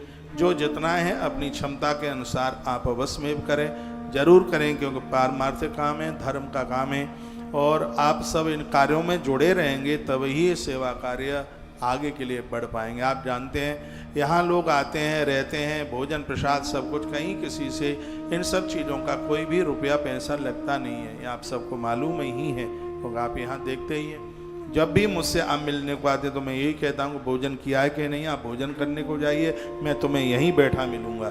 आप भोजन करने के लिए चले जाते हो, मैं आपका इंतज़ार करता रहता हूँ। कभी कभी तो भोजन करते हुए आप सीधे निकल जाते हैं पतली गली से, फिर मैं पूछता हूँ कि रामलाल जी नहीं आए, कन्नौज वाले कहाँ रह गए? उन्होंने कहा वो भोजन करके पतली गली से निकल गए। कोई बात नहीं है, भले ही पतली मोटी गली से निकल जाएं, आश्रम आते हैं आप भोजन करके प्रसाद पा करके ही आप जाएं तो बड़ा अच्छा लगता है। हर व्यक्ति को एक शौक जैसा होता है। खाने का शौक तो शुरू से नहीं रहा, लेकिन खिलाने का शौक बहुत भारी है। जीमते आप हैं, लगता है कि पेट हमारा भरा जा रहा है। तो आप प्रसाद लेके ही जाएंगे, मैं आप सबको मिलूंगा। इन सेवा कार्यों के साथ आप जरूर जुड़िएगा। आज का दिन बड़ा महत्वकारी दिन है, तो इसमें आप जुड़िए। बड़ी जोर से पंखे लग रहे हैं इस समय गौशाला में, क्योंकि बड़े बड़े गौसदन बन के तैयार हो गए हैं। तो उसमें भी 1,500 रुपया एक पंखे के लिए सहयोग राशि, कूलर में भी अपना 1,500 रुपया पूरा कूलर दे रहे हैं। तो उसमें आप 15,000 रुपये का सहयोग करते हुए, कम और ज़्यादा घर गृहस्थी के भी खर्चे हैं, बहुत ज़्यादा ना हो पावे तो थोड़ा थोड़ा उसमें से निकालते रहिए। थोड़ा थोड़ा निकालते रहोगे उससे भी बहुत ही ज़्यादा हो जाएगा। हर रोज़ दिन कीजिए, हर प्रत्येक दिन कीजिए, कभी हरे चारे में कीजिए। इस समय 700 मन चारा रोजाना सिर्फ एक ही गौशाला में आ रहा है, तुलसी तपोवन गौशाला में, और तमाम गोवंश और जगह सब जगह व्यवस्थाएं। और मैंने पूर्व में निवेदन किया और अभी भी मैं बोल रहा हूँ कि इस गौशाला का हर महीने में करोड़ों में खर्चा है। ये सब आप सब लोगों के सहयोग के द्वारा हो रहा है। इसमें आप जरूर जुड़ें। 1 बजने वाला है। तत्काल तुलसी तपोवन यूट्यूब चैनल पर जुड़कर आज की गणेश चौथ की कथाएं आप सुनेंगे। अभी कार्यक्रम 1:30 बजे तक चलेगा, तब तक आप बिल्कुल कहीं भी जाएगा नहीं। सभी भक्तों के लिए भोजन की व्यवस्था है। आरती के बाद आप भोजन करेंगे। जो लोग मिलने की इच्छा हिसाब से आए हैं वो मिलेंगे भी। दिल्ली NCR सबको कहूँगा आप दिल्ली के 2 दिन के आयोजन में पहुँचें, और भोपाल के आयोजन का भी एड्रेस चल रहा है, वहाँ भी आप पहुँचकर अपने जीवन को कृतकृत धन्य धन्य करें। गोपाल अष्टमी पर जब आप आएंगे, नज़ारा चेन्नई है बताओ, ये 23 तारीख को गुरुदीक्षा का भी कार्यक्रम, क्योंकि उस दिन पूर्णिमा है। तो अब 2-3 दिन ही, हमारे 2 ही दिन रह गए, कल और परसों का। खूब बढ़ चढ़ करके आप सेवा सहयोग कीजिए। एक दिन मैंने ईंटों का अनाउंस किया है, 1000 ईंट के लिए 7,000 रुपया, 500 ईंट के लिए 3500 रुपया। इससे कम और ज़्यादा भी आप सहयोग कर सकते हैं। अभी एकादशी के दिन 10 लाख ईंटों का एक साथ क्रय किया गया है। जहाँ गौ माता के हजारों गौसदन बन रहे हैं उसके लिए, उसमें आप अवश्य में जरूर सहयोगी बनिए, क्योंकि ये सब कार्य आपके सहयोग के ही द्वारा पूरा हो पाएगा। आपके सहयोग के द्वारा कुछ भी नहीं हो सकता। आप यहाँ तक आए, जो भी चीज़ें आपके यहाँ पूजा पाठ की नहीं है, गोमती चक्र में आपको दे रहा हूँ, कौड़ी में आपको दे रहा हूँ। मैं कहता हूँ यदि आप चमड़े का पर्स नहीं रखते हैं तो कौड़ी तो 24 घंटे आपके पास आपके बटुआ में होनी चाहिए। हाँ, बस शर्त यही है कि कौड़ी उसको एक कपड़े में लपेट करके बांध करके रख लें। आपको नज़र, जादू, टोना टोटका, किसी का प्रहार और किसी की ऐसे मानसिकता के ऐसे लोग हैं जो हमारी तरक्की नहीं चाहते हैं, ऐसे लोगों का कोई भी दुष्प्रभाव हमारे ऊपर जमेगा नहीं। ये कौड़ी का बहुत बड़ा प्रभाव है। मंदिर में आप रखते ही हैं, उसको आप अपने साथ पर्स वगैरह में भी उस कौड़ी को आप रख सकते हैं। गोमती चक्र नारायण से प्रकट होता है, कौड़ी महादेव से प्रकट होती है। दोनों की बड़ी महिमा है। दुनिया में गोमती चक्र श्री द्वारका जी में मिलता है, और हमने तो पढ़ा है जिनके घर में गोमती चक्र पूजा जाता है उसको घर में रहने पर भी द्वारका रहने का फल प्राप्त होता है। यह प्रभाव गोमती चक्र का जो श्रीवर्धक है, इससे धन बढ़ता है, कौड़ी से आयु बढ़ती है, काल के गाल में भी व्यक्ति सुरक्षित रहता है, किसी का जादू टोना टोटका नहीं रहता। मेरे पास लोग आते हैं और मैं उन्हें देता हूँ। मंगलवार के दिन हनुमान जी के सन्मुख कौड़ी रखकर उसको जल में प्रभावित करने से लोग ऋण मुक्त हो जाते हैं। ये कौड़ी की इतनी बड़ी महिमा, मैंने पूर्व में एक आध वीडियो भी डाली है, वो सब शास्त्र सम्मित हैं, वो ग्रंथों में जो लिखा है वही मैं बोलने की कोशिश करता हूँ। तो आप यहाँ तक आते हैं, मैं तो चाहता हूँ कि जीवन बदले, परिवर्तन हो, आप मुस्कुराते रहें, सब आनंद हो। बेटियाँ समय से अपने घर चली जाएं, समय से आपके घर में बहू आवे और आप स्वस्थ रहें, किसी भी प्रकार की कोई बीमारी न रहे। परमात्मा के चरणों में हम तो इसी प्रकार की ये प्रार्थना कर रहे हैं भैया। बोलो बांके बिहारी लाल की, श्री हनुमंत बलवंत महाराज की। कथा आपको सुना रहा हूँ। जयकारा लगाने के लिए मेरा ताऊ आएगा क्या? जोर से बोलिए बांके बिहारी लाल की जय हो। श्री हनुमान जी महाराज की जय हो। जय जय श्री श्री राधे। स्थानीय लोग आए हैं, सहयोग आप जब भी करें तो उसकी रसीद जरूर लें। नीचे कार्यालय में रसीद मिलती है और रसीद बड़ी सुंदर है, रसीद देख के ही आनंद होता है। हाँ, ये रसीद गौशाला की रसीद तो सबके घर में पहुंचे। धन्यवाद मैं उनका करूंगा जो साल में 100 बार सहयोग करते हैं। आप सहयोग करते हैं तभी तो ये सब हो रहा है। इतना भंडारा सुबह से लेके शाम तक, कभी भी कोई भी आवे, रात को 12 बजे भी आओगे तो तुलसी वन आश्रम के किवाड़ बंद नहीं होंगे। हमने वहाँ बूढ़े दादाजी रहते हैं, रात्रि को यदि 1-2 बजे भी कोई आता है तो तत्काल किवाड़ खोल दीजिएगा। वो कहते हैं और कहीं तो नहीं खुलता। मैंने कहा हम में और में कुछ अंतर तो होना चाहिए ना फिर।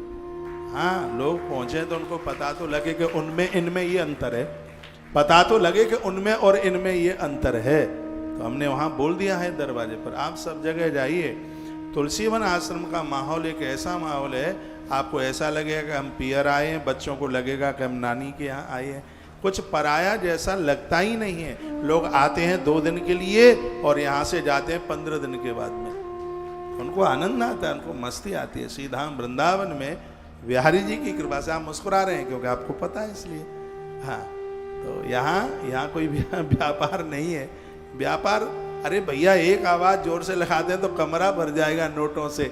ये जितने भी ये सब कुछ हो रहे हैं, मैं भगवान की गद्दी पर, ग्रंथ मेरे साक्षी में है, ये जीवन नोट इकट्ठे करने के लिए नहीं जिया जा रहा। ये जीवन धर्म में लोगों को लगाने के लिए, सेवा के कार्यों को आगे बढ़ाने के लिए जिंदगी जी जा रही है। यदि पैसा कमाना होता तो इस देश का बढ़िया से बढ़िया वाला इंजीनियर बनता मैं, क्योंकि मेरी पढ़ाई इस तरह की रही है। मैं गणित का स्टूडेंट रहा हूँ, मेरे नंबर 100 में से 100 आए हैं। ऐसा तो है नहीं कि कोई कुपड़, कोई निरक्षर रहे। यदि कोई अधिकारी भी बनता तो टॉप नंबर वाला बनता। यदि बिजनेस के क्षेत्र में जाता तो A1 क्लास वाला होता। लेकिन जो मैंने सोचा था वो नहीं हुआ, और भगवान ने जो सोचा था वह हुआ। इसलिए ये मेरे लिए बहुत ज्यादा बढ़िया। अब आप कहोगे तुमने क्या सोचा था? मैंने फौज की, मिलिट्री की नौकरी के लिए मैंने इच्छा जाहिर की थी, क्योंकि जवान मुझे बहुत प्रिय है। जो देश की सीमा पर जो खड़े हुए हैं, मैंने कभी सोचा था, और मैंने एक आध बार फॉर्म भी डाला, उसमें मेरी आयु कम पड़ी। उसमें मेरी बहुत पुरानी बात है, मैं गणित का स्टूडेंट रहा हूँ। क्या मैं कोई अपनी कथा आपको सुनाऊँ? कभी हमारे यहाँ एक बहुत बड़ा शिक्षा अधिकारी आया, तो उसने पूछा कौन क्या बनेगा। बहुत बच्चों ने कहा डॉक्टर मैं बनूंगा, किसी ने कहा मैं वाणिज्य इकोनॉमिक्स से लेता हुआ मैं बहुत बड़ा कोई बैंक का एक मैनेजर बनूंगा। जब मुझे उन्होंने पूछा तुम क्या बनोगे, मैंने कहा कि मैं एक ऐसा इंजीनियर बनूंगा जो समुद्र के ऊपर पुल बना करके तैयार करूंगा, नदियों के ऊपर सेतु बनाऊंगा। आज भी मैं सेतुओं के ऊपर से निकलता हूँ, जूते चप्पल उतार करके रखता हूँ। मेरी बड़ी श्रद्धा है, लेकिन वो तो नहीं बन पाए। भगवान ने जो बनाया, मैं तो बहुत वर्षों पहले बिहार जी का दर्शन करने को आया। पूज्य श्री डोंगरे जी महाराज जी के शिष्य पूज्य श्री कमलेश जी महाराज जी कथा भागवत की कह रहे थे। मैंने अपने कानों से उस पंडाल में बैठकर 10 मिनट उद्धव गोपी संवाद सुना। बस वो 10 मिनट की कथा ने पूरा जीवन बदल दिया। केसी घाट पर बैठा रहा, सुबह कोई संत आए और मुझे वो अपने आश्रम लेकर के गए। ये मेरी जीवनी है और बड़ा आनंदोत मगन हूँ कि जीवन ऐसे बदला है। और ये बहुत आनंद के साथ कह रहा हूँ, ये संपूर्ण जीवन परहित परमार्थ के लिए। 3-4 घंटा सोता हूँ, 19 घंटा काम करता हूँ, थकान बिल्कुल होती नहीं, उत्साह बहुत है। कभी ये बच्चे भी मुझे कभी सोते नहीं देख सकते। जब भी या किताब पढ़ रहा हूँ या आपसे मिल रहा हूँ या फ़ोन पर किसी ठेकेदार से, इंजीनियर लोगों से बात कर रहा हूँ। और ये जीवनी है, जिंदगी है। और मुझे ऐसा लगता है थकान उनको होती है जो कुछ करते नहीं है। जो करते हैं उनको थकान नहीं, उनको तो उत्साह होता है। उनका उत्साह से उनका हृदय बिल्कुल भर जाता है। ऐसा जीवन जिया जा रहा है, उसमें आप सब लोग सहयोगी बने हैं। बस ऐसे ही सहयोग में खड़े रहिए। आप मुझसे भले ही रूठ जाना, पर मेरे कामों से मत रूठना। इन कार्यों को ऊपर पहुंचाने में आपकी बहुत ज़्यादा आवश्यकता है, आपकी बहुत ज़्यादा ज़रूरत है। कभी आप भोर में थोड़ा जल्दी मिलने को आ जाएं तो हो सकता है मैं आपको कह दूं अभी क्या कोई मिलने का समय, अभी मैं कोई स्वाध्याय कर रहा हूं या जप कर रहा हूं या योगा प्राणायाम कर रहा हूं, तो आप कभी बुरा नहीं मानिएगा। ये देश में महात्मा लोग बहुत समय लोगों को देते होंगे, लेकिन यह कह करके मैं बड़ा खुश होता हूं कि मैं आप सब लोगों को ज़्यादा से ज़्यादा टाइम देने की कोशिश करता हूं। इसलिए सुबह भी मिलता हूँ, कथा के बाद दोपहर में भी मिलता हूँ, फिर शाम को भी मिलता हूँ। और जब कभी आपकी बस या रेल सुबह जल्दी निकलने वाली होती है तब मैं आपको 5 बजे भी मिल लेता हूँ। तो आप कह देते हैं कि सुबह हमें बहुत जल्दी जाना है। यदि मेरे मिलने से ही आपका भला हो रहा है, अच्छा हो रहा है, तो मुझे ज़रूर मिल लेना चाहिए। मैंने ऐसा ही विचारा है, ऐसा ही सोचा है। आइए अब मैं इन प्रसंगों को थोड़ा आगे के लिए बढ़ा लूँ, नहीं तो फिर आप कहेंगे कि आज कथा तो करी नहीं, बस अपनी आला सुनाते रहे। तो मैं अब थोड़ी सी कथा को आगे के लिए बढ़ा लूँ। बोलिए बांके बिहारी लाल की, श्री हनुमान जी महाराज की जय। जय जय श्री राम जय श्याम। गणेश चौथ की कथा से क्या क्या मिलता है अब सुन लो। आप जो गणेश जी की पूजा करते हैं या गणेश चतुर्थी की कथा सुनते हैं, सीता माई ने गणेश चौथ की कथा सुनी, लव कुश को जन्म दिया। माता पार्वती ने संपूर्ण गणेश चौथ की कथा सुनी है विवाह से पहले। बताते हैं 2 बार मैया ने गणेश चौथ की कथा सुनी। माता पार्वती ने विवाह से पहले सुनी, जो कि उनके पिताजी हिमाचल ने सुनाई, और विवाह के बाद में सुनी वो साक्षात भगवान गणेश ने माता पार्वती को गणेश चतुर्थी की कथा सुनाई। दोनों का प्रमाण मिलता है, ग्रंथों में दोनों बातों को वर्णित किया गया है। तो ऐसी गणेश चौथ की कथा जो संपूर्ण समस्याओं का समाधान कर देती है, लोगों को आनंद में भर देती है। तो क्या क्या मिलता है गणेश चौथ की कथा से, तो उसका माहात्म्य बताया जा रहा है। सुन लीजिए। कहा गया अपुत्रो लभते पुत्रम धनहीनो महे धनम। जिनको संतान नहीं है, भगवान गणेश जी की कृपा से उन्हें औलाद मिल जाती है, उन्हें संतान मिल जाती है। किसी को बेटी ही बेटी है और कोई गणेश जी की पूजा करे तो स्वयं गणेश ही किसी न किसी प्रकार से उनके पुत्र बन करके आ जाते हैं।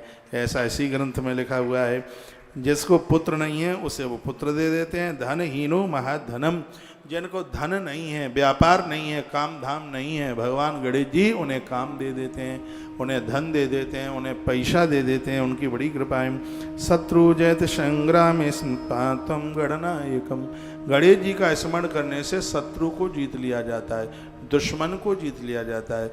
जहाँ बेटा और बहू माता पिता से रूठ कर दूसरे देश में चले गए हैं, वापस नहीं आते, गणेश चौथ की कथा सुनने से बेटा बहू वापस आ जाते हैं। पति रूठ करके चला गया है, बात करता नहीं है, जो नारी गणेश चौथ का व्रत करती है उसका पति उसके पास आ जाता है। पत्नी सबको छोड़ छाड़ कर पियर चली गई है, बच्चों का जन्म हुआ था, बच्चों को भी लेकर के चली गई है, बहुत बड़ी मुसीबत है। इसके लिए भी जो पुरुष हर बुधवार का व्रत करता हुआ गणेश चौथ की कथा सुनता है तो उसकी पत्नी अवश्य में उसके पास चल करके आ जाती है। ऐसा वर्णन किया गया। देखो, मैं हर बात आपको एक प्रमाण के साथ श्लोक बोल करके व्याख्या कर रहा हूँ। ये श्लोक कथाएं करते करते मुझे हजारों श्लोक याद हो गए, लेकिन जब ये मैं ग्रंथ सामने रखता हूँ तो इससे आपको भी लगता है कि महाराज प्रमाणित बात कह रहा है। ये तो आपको लगता ही होगा, किताब रखकर थोड़ा उसका सहारा लेकर जब कोई श्लोक बोला जाता है। तो आज देश में बड़ी छाप बनी है इस बात के लिए। लोग कहते हैं कौशिक महाराज ग्रंथ से प्रमाणित बात करता है। तू करके तो मैं बोल रहा हूँ, आप तो आप करके बोलते हैं। तो ये मुझे आके बोलते, महाराज जी आपकी एक शैली बड़ी अच्छी लगती है, बढ़िया लगती है, आप अध्याय का नाम बताते हैं, ग्रंथ का नाम बताते हैं, श्लोकों की संख्या बताते हैं। मैंने पूज्य कृपालू जी महाराज को सुना है। उतना टाइम तो होता नहीं था, लेकिन विद्यार्थी काल था, ये गुण उनसे मुझे मिला है। बड़े अच्छे वक्ता रहे जिन्होंने प्रेम मंदिर बनाया। लाडली जी का कीर्ति कुमारी का मंदिर उनके द्वारा बना। ऐसे महापुरुष की बात कर रहा हूँ। इतना बड़ा विद्वान, इतना बड़ा महापुरुष, चाहे वो वेद की वेदांग की बात करते थे, वो अध्याय श्लोक नंबर सब कुछ बता करके बात करते। ये प्रेरणा उनसे हमने सीखी है। इसलिए हम भी बिना प्रमाण के कोई बात करते नहीं है। जो भी व्यासपीठ से कहा जाएगा, कहीं भी बोला जाएगा, वही बात कही जाएगी।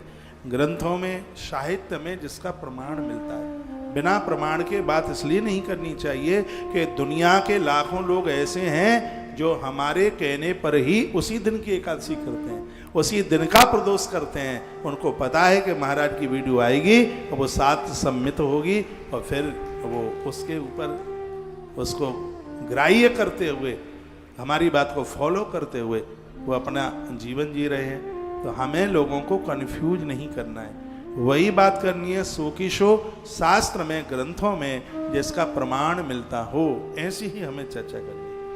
तो जो भी मैं इस समय गणेश चतुर्थी की बातें आपसे कर रहा हूँ, गणेश चौथ की बातें कर रहा हूँ, गणेश पुराण में इसका बहुत ज़्यादा विस्तार है, वही चर्चा कर रहा हूँ। तो कहा जा रहा है कि जिसको पुत्र नहीं है उसे पुत्र मिलता है, जिसके धन का नाश हो गया, जिसका पैसा बाजार में मारा जा रहा है, लोग ले ले करके भाग रहे हैं, तो गणेश चतुर्थी का व्रत ये बड़ा ज़्यादा प्रभावशाली है। और एक बात और कही है, जिसको संतान नहीं हुई है, जिसने और के बच्चों को दत्तक पुत्र के रूप में लिया है या दत्तक बेटी के रूप में, हमारी देशी भाषा में जिसको गोद लिया हुआ बच्चा कहते हैं, ऐसे स्त्री पुरुष को गणेश चतुर्थी का व्रत जरूर करना चाहिए। क्यों करना चाहिए मुझे नहीं पता, लेकिन करना चाहिए ये ग्रंथ कहता है। जब ग्रंथ कहता है करना चाहिए तो करना चाहिए। आखिर में कोई तो बात रही होगी। जब महापुरुष ने वर्णन किया, भगवान व्यास ने वर्णन किया, ज्यादा तरह से एक ऐसा होता है जब गोद रूप बच्चों को लिया जाता है, जब बच्चे बड़े होते हैं, जब उनको ये पता लगता है कि ये हमारी मम्मी नहीं है, ये हमारा पिता नहीं है, तो बच्चों के अंदर उन माता पिता के प्रति अश्रद्धा होती है, वो श्रद्धा नहीं रहती। वो माता पिता सेवा करते जरूर हैं, बच्चे को पालते जरूर हैं, लेकिन अंदर से एक बात जरूर आती है कि यदि हमारे पेट से जन्मे होते तो ये बच्चे कुछ और ही होते। तो भगवान गणेश की कृपा से तो उन बच्चों को तो ये न लगे कि दूसरे माता पिता हैं, और माता पिता को ये न लगे कि ये दूसरे का बच्चा है। इससे बचने के लिए गणेश चौथ का व्रत जरूर करना चाहिए, अवश्य में करना चाहिए। बात समझ में आ रही है? कैसी तालियां बजा रहे हो? तो भगवान गणेश जी की जो कथा है वो बड़ा आनंद कर देने वाली है। मुद्गल पुराण में बहुत इसका मातम्य भरा है। गणेश पुराण में तो एक वरदान के रूप में कथा साबित हुई है। कलयुग में शीघ्र ही प्रसन्न होने वाले दोनों देवताएं कालिका पुराण में वर्णन है। एक है माता भगवती जगदम्बा दुर्गा और दूसरी है भगवान गणेश। ये कलयुग में सिद्ध देव है, इसलिए कहा गया है कलऊ चंडी विनायकऊ। ये कलयुग में दोनों सिद्ध है, बहुत जल्दी ये फल दे देते हैं, देरी नहीं होने देते। ये वर्णन है, वही मैं आपको निवेदन कर रहा हूँ और आप सुन रहे हैं, ठीक से सुन रहे हैं, इसलिए आपको धन्यवाद है। आइए आगे कुछ बातें बता रहा हूँ। आपके मंदिर में गणेश का होना जरूरी है, नहीं है तो हमसे ले जाइए। मंदिर में गणेश जी को जरूर रखिए, दुर्गा जी को रखिए, सूर्य भगवान को रखिए, सालराम भगवान को रखिए और भगवान महादेव को रखिए। इसको कहते हैं पंचदेव उपासना, पंचदेव पूजा। गणेश जी की पूजा करोगे तो जल में सुरक्षित रहोगे, महादेव की पूजा करोगे तो थल में धरती पर सुरक्षित रहोगे, नारायण की पूजा करोगे तो आकाश में सुरक्षित रहोगे। हवा वायुयान में बैठते तो कभी तो डर लगता है कहीं क्रॉस ना हो जाए, कहीं नीचे ना गिर जाए, सो दम ही निकल जाए। तो उस समय हमारी रक्षा भगवान नारायण करते हैं। अंबर आकाश में रक्षा करने वाले हैं नारायण। पेड़ ना टूटे, दीवाले ना टूटे, इससे हमारी रक्षा भगवान सूर्यदेव करते हैं। भगवान सूर्यदेव वायु तत्व के देवता हैं, गणेश जी भगवान नारायण आकाश तत्व के देवता हैं, दुर्गा मैया अग्नि तत्व की देवी है, गणेश जी जल तत्व के देवता हैं और महादेव धरती तत्व के देवता हैं। मृत्यु लोक में सुरक्षित रहने के लिए महादेव की पूजा जरूरी है। जो भगवान महादेव को भस्म लगाएगा उसकी अकाल मृत्यु नहीं होगी, वो एक्सीडेंट में नहीं मरेगा, ऐसा लिंग पुराण में वर्णन किया गया। भगवान शंकर को जो भस्म चढ़ाएगा एक्सीडेंट नहीं होगा उसका, हो भी जाएगा तो वो सुरक्षित होगा, उसका बाल बांका नहीं होगा। भगवान महादेव के ऊपर भस्म, क्योंकि भस्म में धरती का तत्व देखा जाता है, क्योंकि पेड़ धरती से पैदा हुआ है, पेड़ जला करके।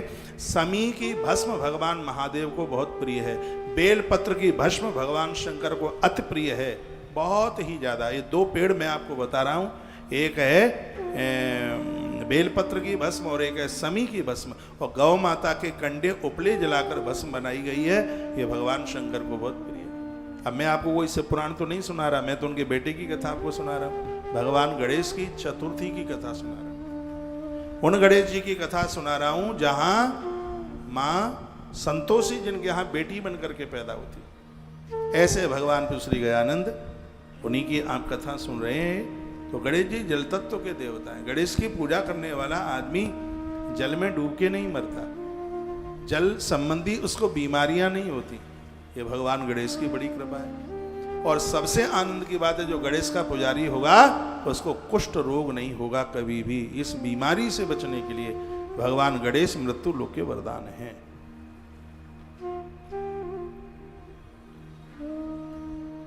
और इस कथा का मुख्य परीक्षित तो वही है जिसको पूरे शरीर में कुष्ठ रोग हो गया था, उसका नाम था हेमकांत।